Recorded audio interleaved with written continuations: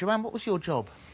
It was a customer service advisor, so we'd have the customers call in with problems with their appliances, and we'd basically just book them in for an engineer and send the engineer out to go and repair their appliance. Did they do training? What sort of training did you have? We'd just done the training. We'd done a white good training, so we learnt how to take apart the machines, learnt how they worked. So if a customer called in and they had a certain problem with their machine, talk over the phone, talk them how to, you know, advise them how to sort the problem out on the phone rather than sending an engineer out. And did you notice that the calls you were getting angrier as this situation has They grown? were, yeah. To start off with, we were just told to transfer the calls, but then, like, the calls that were coming in the queue, people were just coming into any queue that they could get into, so it was becoming impossible to transfer them over. Transfer them where?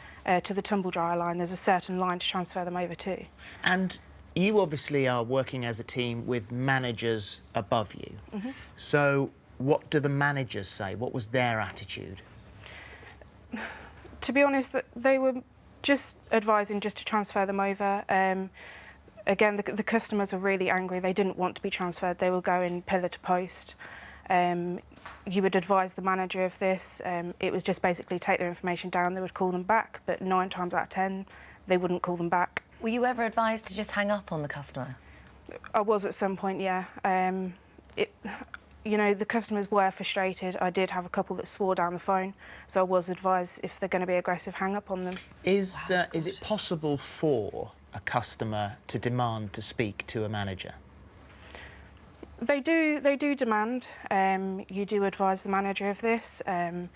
They advise you to go back to the customer to try and calm the situation down, to talk to them, see if you can resolve it yourself. The customer doesn't want that. They want to speak to somebody higher. They think that you're not going to solve it for them. They think if they can get to somebody higher, they can solve it. But the manager will just tell you, you know, just fill in this form. Because we had a quote here from Whirlpool. It said a Whirlpool spokesman said the company provides comprehensive training for all call agents and has an open system that allows questions and concerns to be voiced, adding, as a matter of policy, our customer services managers are available should a customer feel they want to escalate their complaint. Were they available? Did you see that when you were there? They're available on the floor. Again, you can ask them for help yourself. If the customer wanted to speak to a manager, you were told, you know, I can resolve this, let me see if I can help you. If they didn't want that, they demanded to speak to a manager, you would go and ask the manager and you were just told to fill in a form or to give them an email address to email in. So the manager didn't come to the phone? No, never took a call. The manager never took a call? Never took a call. Even though the manager knew he was being asked? Yeah. Even though it says, as a matter of policy, our customer service managers are available should a customer feel they want to escalate their complaint? Yeah, they never took a call. This is so frustrating, isn't it, Ellie? They're taking on all these call centre staff and really they are just battering rams between concerned and frightened consumers and people who are able to help them. And it's not fair on the call centre staff. No, it's not fair on Joanne. Why did you leave? Because of the customer service.